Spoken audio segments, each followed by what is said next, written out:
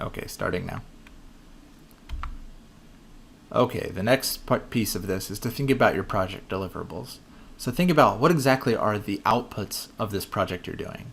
You understand exactly what it is you're trying to do, but what are the deliverables? What are the key things that will come out of it that you're going to provide to your community partner or to your stakeholders? What's going to be left behind by your team when you're done? This may be something very concrete. So if you're designing a new typewriter, at the end there's a typewriter. But it could be a set of plans or a set of recommendations.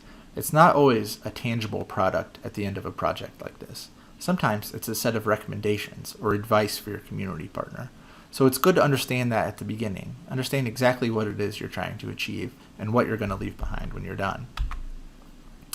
Looking again at our treehouse example, we've asked two questions. What will be the project results? And when it's finished, what will be left behind? And the team simply said the results are going to be a design for a table to ease the process for technicians. So notice they say it will be a design for a table, not a physical table itself.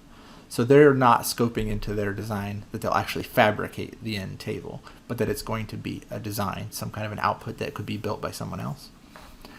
And then they also say when it's finished, they hope that they'll have some simple production that someone can go about making this table for them. So it's good to understand in the beginning of your project, are you actually producing this? Or are you creating a design or a set of recommendations? There are a lot of different ways that projects can end.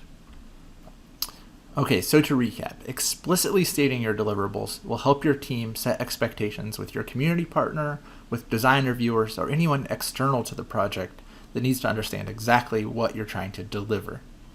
The deliverables can take many forms. Could be a physical product, could be software, plans, recommendations, so it's helpful to understand that up front.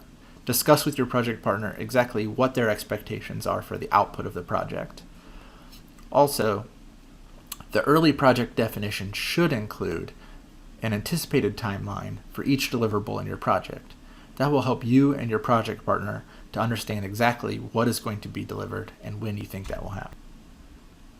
Okay, now go ahead and do a list of project deliverables for your project. State exactly what those deliverables are. Are they physical objects? Are they plans or recommendations? And are there multiple deliverables along the way in your project or just one big deliverable? Compare that list against your design documentation. This should be a routine by now. See, did you miss something or did they miss something? And update whatever is necessary.